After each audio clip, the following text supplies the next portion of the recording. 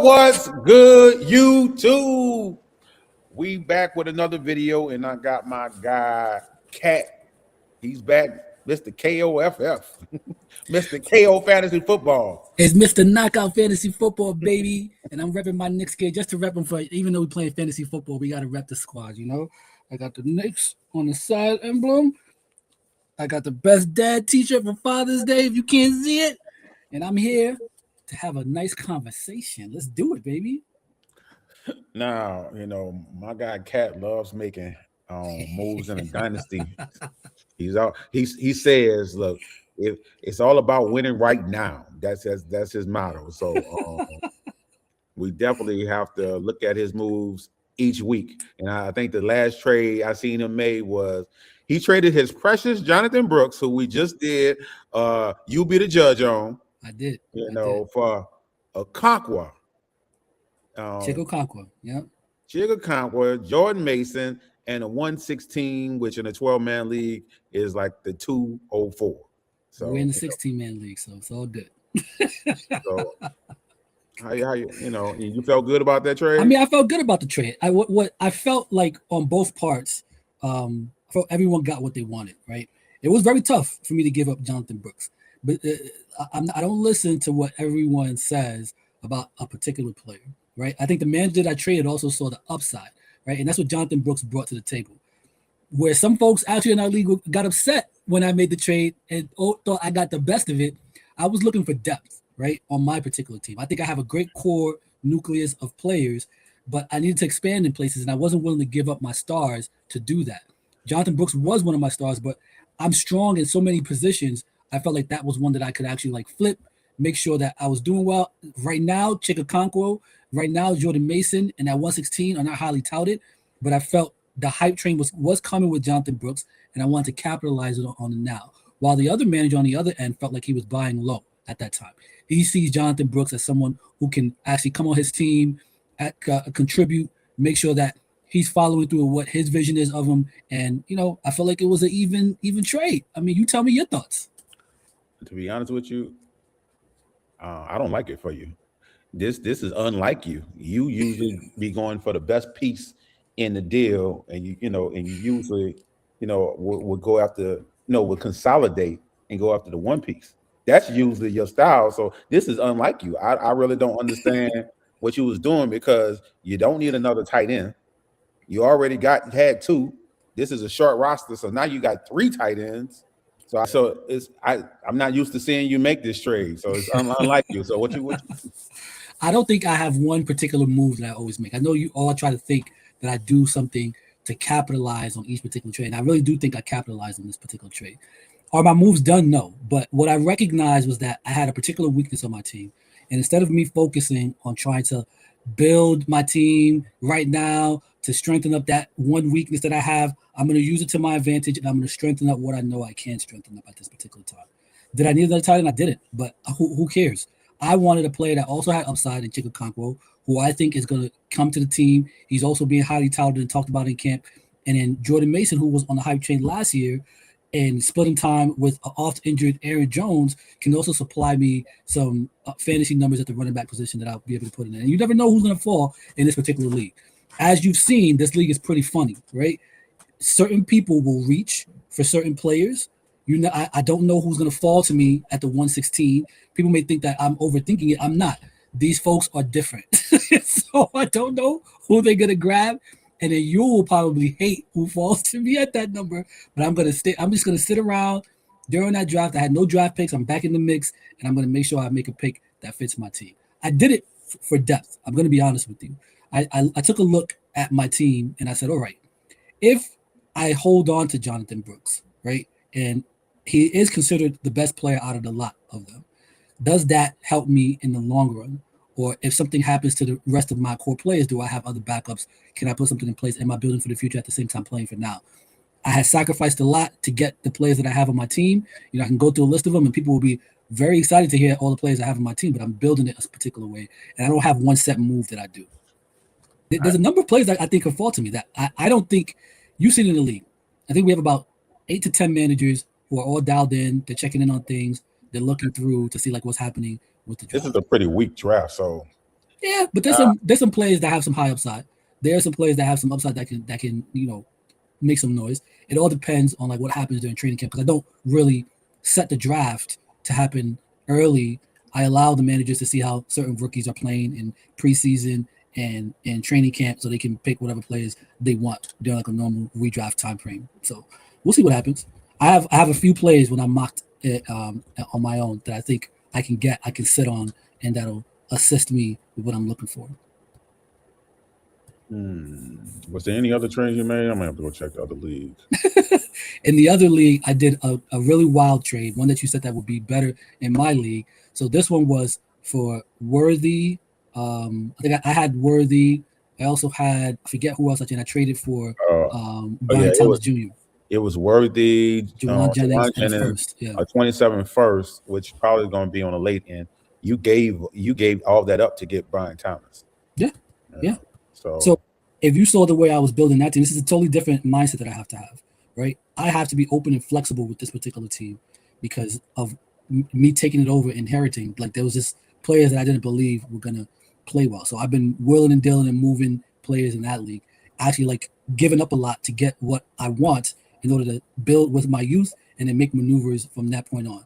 That league is a little funny because it doesn't seem like a lot of folks communicate too often, but I can still work with it, right? Because of that. Those silos that people have, it allows me to create relationships on the back end in order to make trades and move my team in a different direction. Like I wanted to get younger. There were a lot of older players on the team that I took over. There wasn't a healthy mesh of both, which is something that I think should be in place for all teams. There wasn't, for me at least, I didn't see any big, high upside players. Like I was getting rid. I don't necessarily like Worthy, to be honest. He could probably play well. He seems like a fine NFL player, but do I want to deal with the volatility of him having big games and doing things with Patrick Mahomes being hurt early in the season? I don't want to deal with that, right? I didn't want to deal with Cortland Sutton. I didn't want to deal with Ja'Cory Krosky-Marriott. I didn't want to deal with all that, all those things. So as you saw me get like players that I knew had talent and I could build with their youth and I can form the team the way I like it. And in that league, I have Jonathan Brooks, right? I got him from you. Yeah, I traded him for a random 27 second, and I was happy to do that. Because I'm pretty sure you were. If your team don't do well, that's an early pick. I'm gonna eat it up. The way I mapped it out, even if I don't do well, it's okay, right? I'm playing to build my team in a specific way, and then I'll covet more draft picks as I kind of build it moving forward. But I wanted to get players that I knew had high potential. Like I'm also looking into like where Oscar Delp is going to be at. Where what's the wide receiver that I drafted? Skylar Bell is going to be at. You'll have your chance to get them because they way down in the draft. No, you know what? That was for our draft. I don't know how your people might, Yeah, I don't think they're going to be on top of that stuff. To be honest, like I think a lot of folks, you have to recognize the managers that you're drafting with, and we're talking about two different leagues now. In the other league, I recognize that managers, even though they don't talk, they do a lot more research into the players that they have, and they covet their players. And I don't understand why. Like when you cover your player, I don't understand like why. Like I can go after a player like Isaiah Pacheco and want to give you like other older players that can make you win right now, but they're holding on to players like that, right? say nah, I'm gonna write it out. I'm like, what? And I can't tell you about the league, but I've been in this league a while. I can't tell you about the people. They weird to me. Like it's just some managers that don't want to do nothing. They don't. It's like But they sitting there complaining about what I'm doing. Yeah, you don't want to do nothing. You don't want to trade. Yeah, you don't want say. But I don't get it.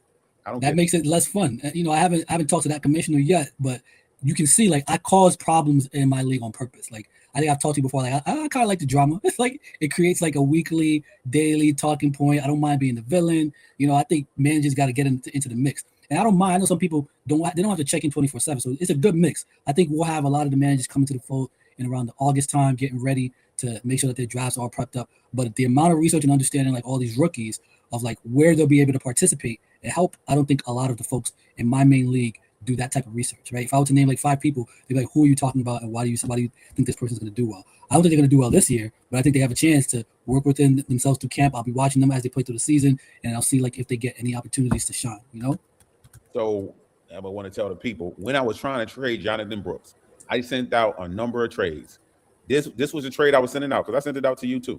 Mm-hmm. I was sending out my 27th first, my 27th second, with Jonathan Brooks and just asking for others people, 27 first and 27 second. So if whoever was confident about their team, they was getting a free play. But your team is. I can see why people would do that. Like, no, but I'm saying because there's another person who you've been trading with. I think you have made multiple trades with, and that's Mr. Barkley. Yeah. He talks mega shit. How he confident. So when I send you Jonathan Brooks for free, who I know getting this there's all these talking heads talking about, sending you for him for free just for us to swap our first and second. So if you confident about your team, you holding your nuts, you real confident about the team, that should be an easy accept. I mean, if I had the team that I had in my league and you wanted to do that, I would definitely do it. Yeah, you know what I'm saying? But when you find out what people really stand at when you send a trade, right? You really find out who they really are. All that shit talking go out the window when you send a trade like that. No, you're absolutely right. Like I recognize my team sucks, right? In the one that I inherited, but I'm willing to take on the challenge to build it up because that'll be like a switch. I just wish more folks were interactive, right? And they weren't like holding on to certain things. Because this is your time as a fantasy manager to be a GM, right? This is like what GMs do in the offseason. They talk amongst each other. They move things around. If you spent I think in that league, the same person has won 3 years in a row. If it's me and I see that, I'm not going to do the same thing over and over again because at the same rate that he is improving, I mean, you're improving and you're not getting any better, I should say. Like the same way that you're improving, he's improving as well, right? And even when I came in, he's a tough one to crack because he has a number of people. I don't know what he does, but he has someone join the draft to help him draft. He had when I tried to trade him and we almost had something going, he said he was advised by his advisors not to make that trade. I don't even know if I believe him. I really don't know if I believe him. No, I believe him. Hey man, he take fantasy football super serious. He's in a lot of leagues. I don't even know if I believe the shit he's saying. I think he is a part of a community. There's a ton of them out there. So I think he's a part of a community. He'll put out a trade like, hey, you think I should take this offer?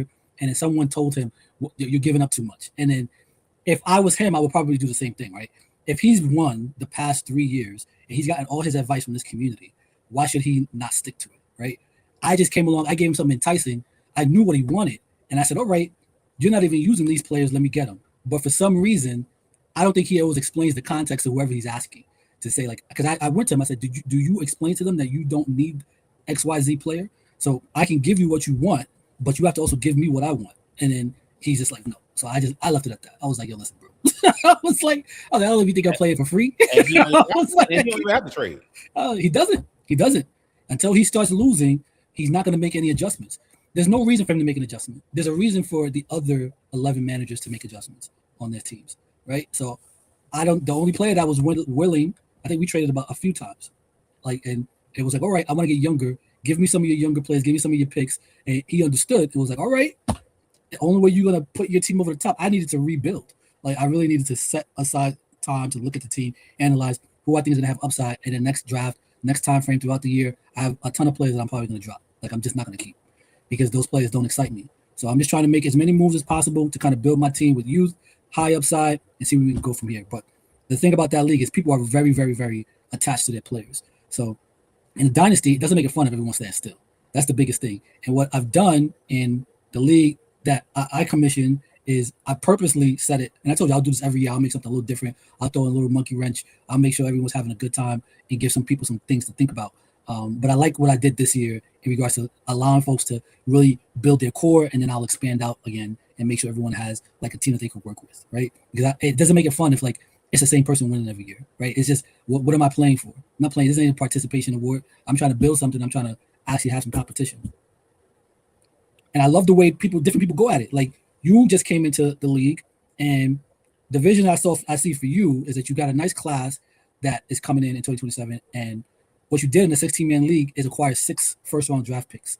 And I don't think people noticed it until they looked at your team and said, all right, you still have an okay team. I don't think your team is bad. I don't think it's the best, though. But I think what you have done to, like, rebuild or retool, I call it, is set yourself in a space where if, let's say this was a 2025 draft, you would have a team that's full of, like, an Amarion Hampton, an Emeka Ibuka, a Tyler Warren, a Colston Loveland. Like, because of your research, I said to myself, like, oh, his team is going to be crazy this year. Hopefully and people still be sending me picks for my 27 picks. I'm like, bro, you realize I worked to get this, so why am I just going to give it up?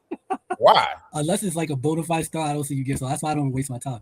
I was like, I was just like, I said to myself, this is like a star that you want. I don't think you're gonna give it up. So I don't I know. even attempt. I know Winner sent me a trade for my 106, and I'm like, you can have my 106, but I'm gonna need them 27 first. I'm gonna need both of them. Like, because he tried to send me the trade he sent for the dude. He sent the late two for the high first. Yeah. Gotcha. Now I don't know how I felt about the trade. I really feel like it's a win-win for both because the 108 might not get you. Let me get 101. What he wants. Yeah, I think he's gonna go after Stowers. I think he likes to keep the same type of players that he has on both ends. Like when I looked at it, I said to myself, I was like, all right, he understands Stowers was also a great prospect, and he went to a really good team. Goddard's end of contract is this year. Stowers will take over. I think Wood is extremely keen and smart in building for now and the future. To be honest, so that to me that was a good move. Like he wasn't gonna get anyone with those last couple picks that he felt was gonna be helpful to his team, and I agree. Like that, no one was going to come on his team and make an impact. He won the championship last year, so I think he's constantly trying to build players that he knows are going to make an impact. And I think Stowers is going to make an impact on the Eagles next year. He doesn't have to worry about him this year, to be honest. I think he's all set because if you notice, who does he have as his tight end? It's Gunnar Helm, right? I forget who's on his team. I don't have it in front of me, but I believe he has Gunnar Helm. But he gave up the 108. No, I mean he gave up the 111 and the 115. And 115, which is what is it like 203 in a 12-man league to get the 108. So that's pretty significant to move up. You moved up 3 spots. Yeah. And that player, one of the tight ends could have probably dropped to you at the 111. Yeah, I doubt it. I think some folks are going to see some stuff in preseason. But he's good at tight end because he got Tyler Warren. He has Tyler, so he doesn't even worry about it. Yeah, no, he got Helm, so he don't need another tight end. I thought he didn't. I forgot. Yeah, he just built. Be hoping something else drops. Yeah, he don't need a tight end. Yeah. Then I'm off with that analysis. Then he does have Tyler Warren. He has Tyler Warren and Michael Booker. He was able to get them last year from trading a lot of his players away. That's the move. You just got to be smart. You got to see like what's out there and what you can get. There's a couple players that I want to fall to me at that 116. That's 116 now that I think I'll be able to get. It's all dependent on like how people draft, and I don't think a lot of folks are looking for certain people. And then, if anything, the way the league is set up, it's going to force a lot of people to put people back into the waiver wire, right? So that'll stick in that particular place. And you'll be able to get easy pickings from whatever you want. So I'm not too worried about like this year's draft. Is it going to be really tough? I have a 2027 pick, and there's a reason why I'm not trading it. But that's why I gave away all my late round picks. Like, bro, we don't have a deep bench, and guess what? Y'all probably release some players I end up liking. Yeah. I'll get them when I get them. When they're not doing nothing with y'all squad and y'all get desperate, y'all will release them, throw them out there. Like, oh, I like this player. Go ahead and grab him. Yeah, people are gonna be fun. It's gonna be fun. I like stuff like that. When folks have to make sacrifices, they gotta look at their squad. And that's how my redraft league is. I don't, it's deep, and I think your redraft league is too deep. To be honest, and I didn't have any. No, I think I had one. I had only one IR. I had one IR. So now people have to make a sacrifice. Yeah. Or am I going to keep this hurt player on my team, or I'm going because that mean they have multiple of them. Because I think I forgot his name was complaining. Joseph was complaining about it. But you got to sacrifice. Put them out there, and somebody else might grab them and hold them, or you hold them. So, oh man, those are the best times when you just got to think about it, and you're like, dang, I don't want to get rid of this player. But what it does is it keeps everything even, right? And you have to make strategic moves. You're right. Am I going to sacrifice this player? And knowing that someone's out there values this player, you know it. You know when this is the toughest to grab, and like you got a hurt.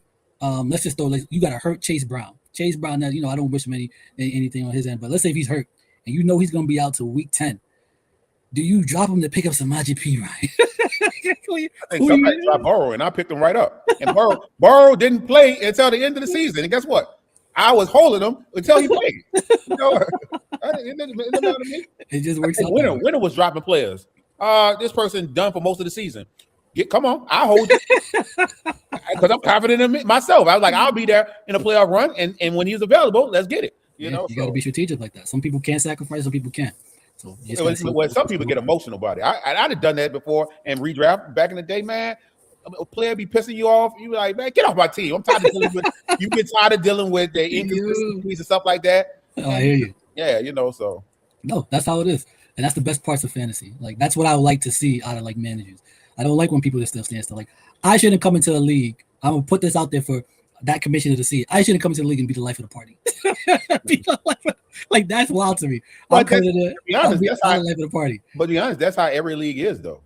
Every league, every dynasty league that I'm in, Most leagues that I'm in, everyone the is new person active. usually injects life to the league because people be stagnant, and then a new person they trying to make the team theirs. So bam, all of a sudden trades starting to happen.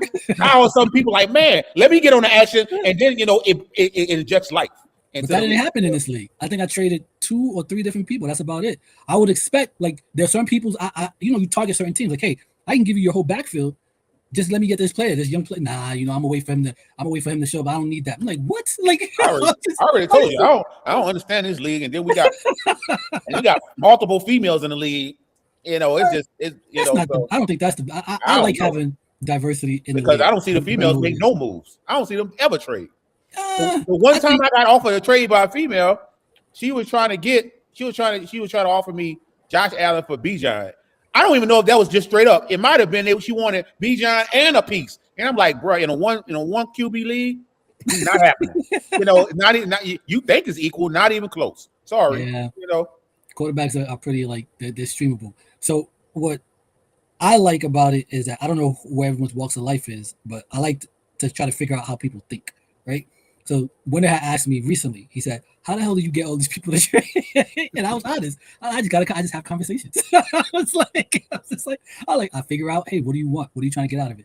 Same way I pegged what you were doing, and which I thought it was very, very smart. You got a lot of assets from your one-on-one pick.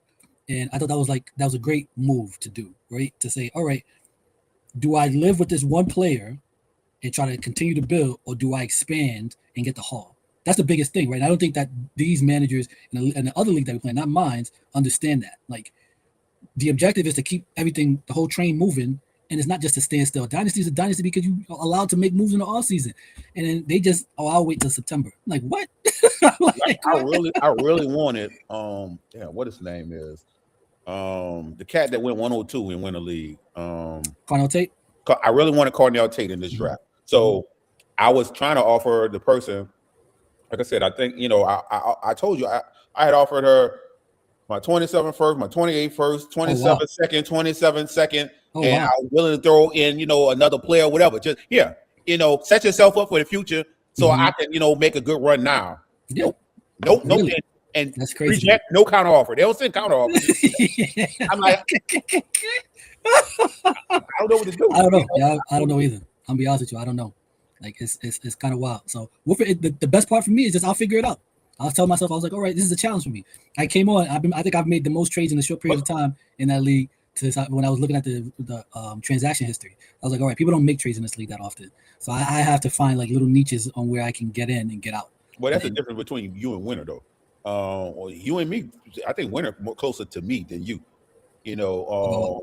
One, you're talking. You're not only talking, but you look at it as a challenge and you try to make it happen. You know what I'm saying? You try to make it, if you want something, you try to, see what it happen. Winner is more strict. So it's like, if you go after the piece that he want to keep, like it ain't no comment. Nah, it's not happening. He's just trying to give up what he don't want to get what he want. And so if it don't fit into that, if you don't feel like he completely won the trade, he don't even want to do it. So yeah, I'm pretty open. I think you've seen my trades. I'm pretty open to like making a trade. If it makes sense, then I'll do it. If I want that particular player, then I'll make the trade. If it just makes sense, that's it. I think that's the art of fantasy, man. We are virtual general managers, and we're pulling people from different teams to build our team. It takes the same thing. You have to go through like your skill of probability, and then you also got to get a little bit of luck. And then you up for the chance to win a chip. That's all I'm trying to do. I still think coming in and the amount of adjustments that I've done to this team, where people thought I was crazy, like moving on from Saquon Barkley. I understand it's a run first team. I saw him have a bad year, and he's older, and he's a running back. Don't need him. Give me someone a lot younger that's going to give me the same amount of points that he's going to get, and I'll take him instead. People thought I was crazy for getting rid of Xavier Worthy and going BTJ. Again, his skill level is what I'm looking at. I've seen BTJ at his peak, and I'm taking a gamble. I told you, I said, this is a big risk. I was like, well, I'll do it. I'll do it to see if he can turn back into the player that I saw his rookie year, even in the preseason. In the preseason, he was playing with Trevor Lawrence, if I'm not mistaken. You can correct me if I'm wrong. I believe I don't think it was Mac Jones. He just looked like a different caliber of player, and I'm hoping that they have figured it out and he can get to like a respectable like type of Mike Evans type of line throughout the year, right? Because I see him as like a big body receiver that has a lot of talent that they don't want to waste. They have a great core, and if you have a player like that, you got to learn how to use them. You can't just not use them. You can't say, "Well, I like this other player." No, if I'm taking Liam Cohen's system, I'm seeing BTJ as the Mike Evans, and I'm seeing Parker Washington as the Godwin. No problem. If we can get back to those numbers, let's see what can happen in this particular. So that was a big push for me. What did you trade Barkley for? Because I can't even find that trade.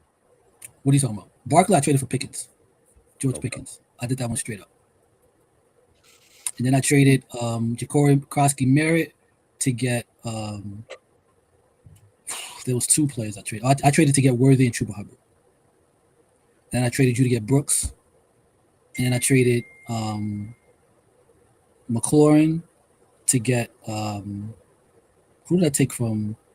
You did a little mini trade to get Naylor. You traded Njoku to get Naylor. Yeah, I traded Njoku to get Naylor.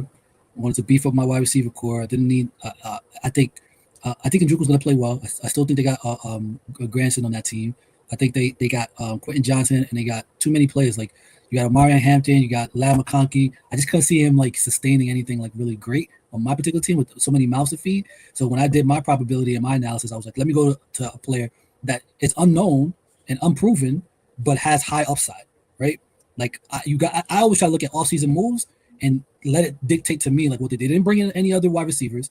They paid him, not like a top wide receiver, but they brought him in, paid him some money. He's played in that system before, and I just see him. He has the opportunity to excel, right? I know that's Brock Bowers' team and it's Ashton Genty, but you need some core receivers that didn't show up last year with Trey Tucker and Jack Beck. So I think him coming into the system, some of the reports that I've heard about how he's done in OTAs, I think he'll fit right in, and I just want to take a chance. So I was like, all right, let me get rid of this 31 or 32, however old Njoku is, year-old player, and let me get my 27-year-old wide receiver that's new to the team that just got signed for a multi-year extension. So just like we was talking about with our with the league, the 12-man league, like we don't know what they're doing. One thing I think they need to identify that you have brought up is knowing what kind of team you actually are. So go ahead and talk about that. Yeah. So when I come into any particular season and how I analyze teams that are out there, I categorize them into 4 different categories. I say to myself, all right, are you a contender? I think I called that out in the chat for you before. Like I said, these teams are going to go to the playoffs automatically, so I don't know where I'm at. Are you rebuilding? Does your team suck? You just have to look to expound upon high value plays that you do. You might have like 1 or 2 players that you're rebuilding. Are you retooling? Retooling to me is on the cusp of being a rebuilding team, almost there, and you got to make some tweaks. Or are you a pretender? Those 4 categories. And a pretender to me is a person that really thinks they have a great team. From the outside looking in, you can see that they don't. And they make no moves. They have a mix of older players, sorry draft picks, and they're never really going to get to the promised land because they are not built to move forward in any particular dynasty league. So I look at those particular types of teams in dynasty leagues when I'm coming in to play in any given year, any given offseason, any given in-season time frame, and figuring out who the managers are. Now, there are some managers who really think they're contenders. Like I've talked to so many people who tell me, I like my team. I just look at it. Maybe they like the direction of their team. No. I spoke to his manager, said he likes this. There's a manager in our league that I commissioned. Okay. Oh, well, most of your people love the team. And that's why I said I can't wait till the season, mid-season. I want to see if these same people that talk all this shit still talking the same shit. I offered this manager a haul to get a particular player with the understanding that I could rebuild my team. And they said, no, my players are fine. I said, what? I said, what are you seeing that I'm not seeing? He has players on his team that that are not even a part of a team. Don't make me go fire this player. I'm not going to shout him out. I know you're not. That's why I'm a fighter. I'm a fighter. Yeah. And so, one manager who was in the retooling phase, who is now, I'll shout him out, who's now, in my opinion, a contender, is Elijah. I loved bringing in like Winner, you, and then Elijah in because I I don't want to say bad managers, but I took like not managers who weren't very invested in building their team. And I like competition. I really do. I'm like, if I'm gonna win, I want to win against the best. So it's like I don't want to just go to the league and dominate. I like competition. The way he was able to retool his team and become a contender, his team is set to contend. After his last trade to get what he's been getting, he understood just from like, you got him initially. He was so pissed when he traded you. Ran to the bank with it too. Ran to the bank. I told him, I said, yo, reach out to me. I will not lie to you. I know I'm the villain in every league, but just hit me up. I will tell you the truth. He did not hit me up. And then you got him. I was like, I told you. I was like, you got to watch out for these guys. I was like, they are going to target you initially to see what they can get out of you. And that was it. So it was all good. I think he understands it now. He was trying to trade me back my players. Multiple trades. I'm like, bro, I was getting rid of him for a reason. I don't want him. But he did a great job. I think he did a great job recognizing his assets. He had Christian McCaffrey, he had Colston Loveland, and for both players, he was able to build his team around that. You would think, I named these players, Christian McCaffrey, T. Higgins, Colston Loveland. Wow, he got rid of those three, but the team that he's formulated from that is now built to last, right? So he did his research, he understood he went younger, he got capable players, he has bona fide players every week in every position. He's not weak in any position. And he built his team to have depth, and he also has future draft picks with the way that he was trading. So, and he did that in like 6 weeks, like 6 weeks of like being engaged with certain managers. And that's what I like. I like seeing like managers trade back and forth. Like, all right, I want more people to be in it. Like, reimagine your team. If you don't make it to the playoffs, if you don't make it to like, if you don't win, like I made it to the championship last year and I recognized my deficiencies. I said, yo, I lost and I was pissed. I was like, this is not going to work. I was like, I can't make it I need some high volume plays. Because the thing about my team last year was it was consistent. I never scored too high, but I never scored too low. I never. I was always at if average score was 155, I was always at 175. But you had teams that were volatile, that would score 215. Like when it scored 250, like 2 something on me 1 week. It was like, all right, mine was always hovering 170, 160, 180, 170. And I was beating people throughout the year. But what I recognized was that I needed to retool. And I needed to look at my team and say, all right, how am I going to build this to get a team that is going to be more impactful? So if I do make it to the championship, I give myself a better chance to win. And I don't think other players take it as serious, but it's fun. But it's fun for me. But I looked at it and I don't like to lose. So it's like, all right, I'm going to put the best product that I can put out there. While others are like, they're like so bound to a real life player. Like I'm not bound to anyone. I'm not bound to Chase as much as I like him, but I know his value. I'm not bound to neighbors. That's why I told you I wasn't bound to the 101. I'm like, don't get it twisted. I was like, don't get it twisted. I think you did a great job. You got like how many 3 draft picks off of that? First round draft picks off of 1? I would do that in a heartbeat. I would do that in a heartbeat. You got 3? That's crazy. And then you got another 2 off of what is it? Devontae Smith. You got 1 from Devontae Smith. I forgot how that went. I think I got 2 for Devontae. Yeah, you got, and then you traded to get Elijah's, and now you have 6. You got 6 draft picks. I still feel like Winter got me on that deal because I was too quick to accept. I shouldn't have taken Winter's 27 first. I should have taken another 27 first he got. I just saw 2 27 first. I'm like, oh yeah, and jumped to it. I should have played hardball and got. Yeah, but you're in the mix, and you have like your picks, and we all know next year is gonna have like a good skill position class. So you'll have like your pick, and like I said, like you'll be able to decipher like who's gonna be that year's Emeka Ibuka, who's gonna be that year's Omarion Hampton, who's gonna be that year's Ashton Genty, who's gonna be that year's Tyler Warren. There's so many people that came to 2025 draft, the scatables, that were able to have an impact in fantasy, and then we all foresee that happening in the 2027 draft. So let's talk about. We talked about the contenders. Now the contenders are folks like I would consider myself a contender in a 16-man league.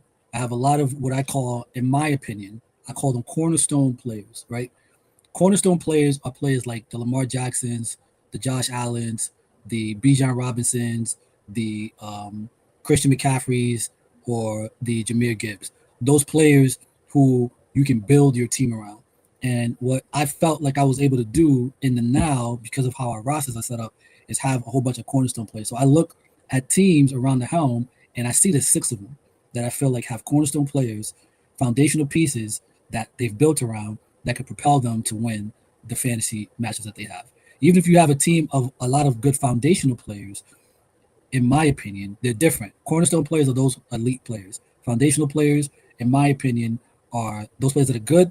They're on the cusp, but they're not going to give you those 60-point games in the skill position or 50-point games in the skill positions. They're not the Pukas, the Chases, the Gibbs, the Bijans, the Christian McCaffreys of the world, right? But they're players like the Olaves, the Tyler Warrens, the Mecca Bukas. If you have a whole bunch of those players supporting your team, then it'll propel you. The Brock Purdy's, those players are good enough. And if you have like a whole team of those, that puts you in contention, right? To play against those other folks in the league. So in my opinion, they're like 6 in my league that I've identified as like contenders. I do think there are a lot of pretenders who I would want to make some moves. I'm not trying to get them to make moves with me. I just want I want the competition. I really, really do. Like I really like seeing everyone at it. What it does for me is it motivates me even more. Be like, all right, if everybody's good in this league, that means when I win, the bragging rights mean even more to me. The money never even matters to me, to be honest. Like it's cool, like when we make any kind of wagers, but I don't care. Like it's usually I like winning for bragging rights. Yeah, you know this with since I'm in a lot of dynasty leagues, like I don't be pressed to make moves. Like I mean, I guess if I was in like one or two, I would be more so focused on it. But since I'm in a number, man, I'll be cool. Like at certain players, I like certain players with badges. If it's and this team right here in your league kind of got to the point where I'm probably gonna just have to wait to the regular season to make moves because people be sending me the same trades and I'm like, bro, if I ain't accepted the last 2 times you sent it, not gonna accept it now. Like there's people that want Willis. I gotta wait till him when he in the regular season putting up the points. Here you go. I know you want this player now. Now it's time to get, you know what I'm saying? So I'm gonna wait. It's no biggie. I don't mind waiting. I got time. I got nothing but time. So would you trade like any of your 2027 picks for like what types of plays would you trade them for? It would have to be something I like or a cornerstone piece. Really? Wow. So it would have to be one of my favorite players or a cornerstone piece. Otherwise, what's the point? Okay, I get you. Do you ever try to trade those pieces to get them? Like, do you send out trades or do you wait for No, I haven't. Nah, because like I said, that ain't my style. Like I'm not trying to push because one thing, let's be honest, in negotiations, once you put out that you want something, you already lost. You start behind the 8 ball. But once they know that's what you want, that's what you target. Oh, I'd rather wait till somebody send me a trade and be like, oh, okay, so you want this? Now let me tell you what I want. Let me tell you I want to get this. I feel a little different. Once you tell me what you want, that helps me on my end understand. All right, you want this player? Okay, I can give it up. What can you give up so we can both be at the same spot? That's how I see it. So I see your perspective, but I kind of differ. Yeah. If you send out a trade targeting the exact thing, like I say, I try to do my due diligence, and and this is just coming off of experience. I try to make sure I do my due diligence and send a counter piece. I don't always want to send a counter because sometimes the trades are so trash that I don't think it deserves a counter. Yeah, one trade still sitting there. It's been sitting there for weeks. That's how bad it was. But the guy, that's all he always send. He send bad trades all the time. Let's go find out who this is. It's just sitting there for a long. It's been sitting there for over a month. That's what it said. It's probably my brother. He sent me. It is your brother, Ukori. Yeah. As soon as you said it, I was like, the 201, which is essentially in a 12-man league. Oh my God. God. Is the 206. 205, yeah, 205. 205. Okay, in a 12-man league for my 27 first. Mine. When I don't even got a good team, so I'm, my 27 first, which is gonna be currently high. Oh, that's wild. He's a funny guy. I just act like this wasn't there. I was like, we'll see how long it sits. Once you said that the person keeps on sending the same thing over, I was like, oh, I knew it. You know what it is? We just had a trade where Pickens went for the 105, right? And what was funny about that was 3 months ago, I had the 105, and I sent the exact same trade offer with an additional player that he could have fulfilled on his team, and the same manager rejected it. So I think the only mindset I can get out of like my brother sending that over is that he thinks that your mind could have adjusted and you don't want it. But I don't think that trade is even at all, like, to be honest. Or he's looking for a counter or something on that particular trade. But that same Pickens trade that they were talking about when the 2 managers went for Pickens in the 105, I sent the same trade. He rejected it. And I asked him, I said, listen, just help me understand. Like, I sent this to you a few months ago, and you told me it was the worst trade offer ever. And he told me, he said, nah, it was because it came from you, bro. Like, that's what I'm about to say. Some things because it comes from people. Because I think, some people one, either know my personality, or two, know that I do the fantasy thing. And I'm not talking about your league. I'm talking about the other leagues I'm in. They don't want to trade with me because they don't want to get, feel like they got beat in the trade or whatever. I don't know. It'd be some weird stuff was going on, even though I think in my mind, shouldn't the main goal for you to be better your team? Because it's no reason me and Ivan shouldn't have had a trade yet. We should, what I'm saying? I be sending the trades. All he do is reject. You don't have a counter. like that. And that's the thing. This is when I get emotional in fantasy, and it's because I play in a lot of leagues. I'll easily just say, "Well, fuck you then." You know what I'm saying? Like that's when I get, because I'm like, I don't got time. Like, you're not sitting counters. All you're doing is rejecting. Yeah. Like, I feel like I'm dealing with a stuck-up female. You know what I'm saying? That's why I said conversations will always help you understand where a player's at. Maybe like in the other league, not the other one that we play in. What I understood after having a few conversations was that, number one, I wasn't going to be annoying to bother them, but a lot of folks weren't in the mindset yet. They've openly said, like, oh, haven't done any research, just want to make sure like I'm good. If you come back around August, I'll be a little more open to trading. And so I said, okay, I said no problem. I said, thanks for letting me know. I will not send you a trade until August. Who said that? There were a couple people. I'm not going to tell you who, but there were a couple people who told me, like, right now, I just want to see how things work. If you come back during this particular time frame, I'll be more open. Because if you notice, I'm not going for highly touted players. I know because they don't make moves, they're not moving those stars. I'm trying my best to reconfigure my team and get upside players, like players that they have a high ceiling, but they also have a low floor. And I don't care if that's the case. I'll just drop it and move on to the next. Like, I'll say to myself, all right, you didn't work out, but I need a couple players that's going to hit, because the ones that I had, like, I wasn't going to rely on Terry McLaurin and Cortland Sutton to take me to the promised land again this year. It just didn't make any sense. Like, I was like, I asked myself, how did this team make it to the championship last year?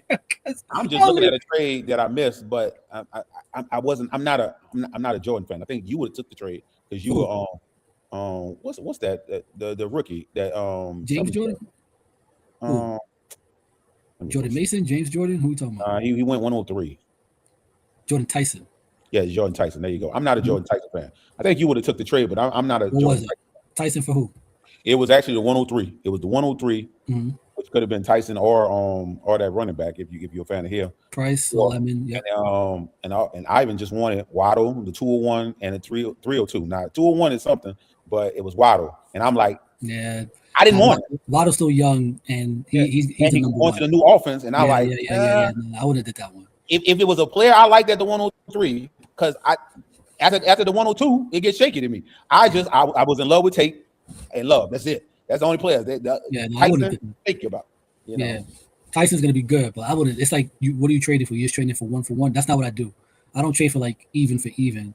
And Waddle is to me a better player, right? So he was brought to that team to be their number one and to add explosiveness. So I wouldn't make that trade. Where Tyson is there to complement Olave and also step in if Olave gets hurt. So what they're trying to build in New Orleans is the same thing that was built in Dallas, in my opinion, with Kellen Moore. They're trying to get two high octane receivers with a good running game to push them in the offensive mark. And then what I'm hoping is that they allow Delp to become. You talk about Delp. You must got a thing for Delp. No, I like him. I think he's very athletic. I think Juwan Johnson could do the job, but I think Delp is like the poor man's Eli Stowers, and I think he can kind of form into Jake Ferguson's role, and he's more athletic. They not only got Johnson, they got Fant there too. Yeah, I'm not worried about it. Fant's a journeyman. I don't care about him. Okay. I mean, a rookie. You know how I feel about he's a rookie tight end. How I feel about certain times. Noah Fant, OJ Howard. I told you all those people that you thought were going to do something that never came to fruition. Noah Fant, he's so highly touted. He's been on this is like his fourth NFL team. I'm not worried about it. But the last conversation it looked like I had with Ivan, he was, I was trying to get J.K. Dobbins out of him. This was a year ago. I was trying to get J.K. Dobbins. The dude didn't even want to give up J.K. Dobbins. I'm like, you not worried about R.J. Harvey? Oh, no, Harvey is a threat, but Dobbins is a good stash. He'll help me. And I think I was trying to get Dobbins before he even landed on the team. Then when he landed on the team, I still was trying to get him. He still didn't want to give him up. I'm like, I can't trade with a guy. I know I can't trade with a guy if he don't even want to let go of J.K. Dobbins. If J.K. Dobbins is untouchable, what can I trade? You gotta get. I don't know. People gotta get into the mode of understand like where they at. In my opinion, they gotta do it. I'm not a big fan of you holding on to an older running back when you're not even a contender. Make it make sense to me. It doesn't. Like Dobbins isn't older. I don't think he's that old. I think he's 27 now.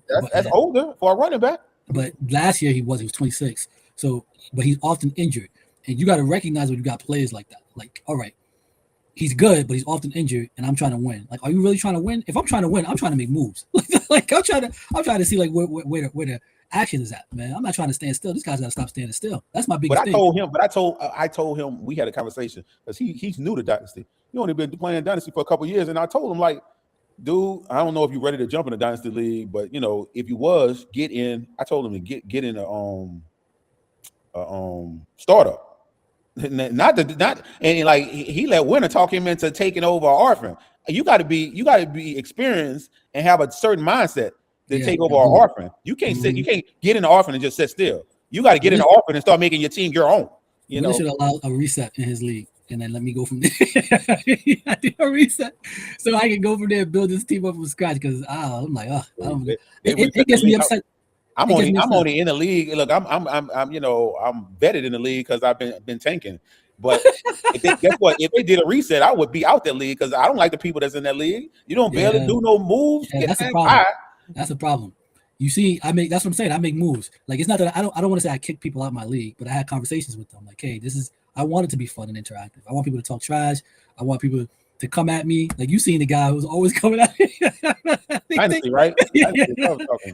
Anything that I do, it doesn't matter what. I like it, to be honest. Like, I'm like, yeah, go ahead, keep going. Because for me, it keeps everybody engaged, right? And then you can center around like me being available. Even some people that don't even know him come at me. I'm like, yo, you don't even know him. I think I finally did put people in their place because people haven't been messing with me lately. People haven't been messing with me. I think I finally did. A couple people. It's a good group of people, so I just always want to. I like how keeping it light, making sure everyone stays engaged, and keeping it fun, even in all season. Because we all really just fantasy nerds.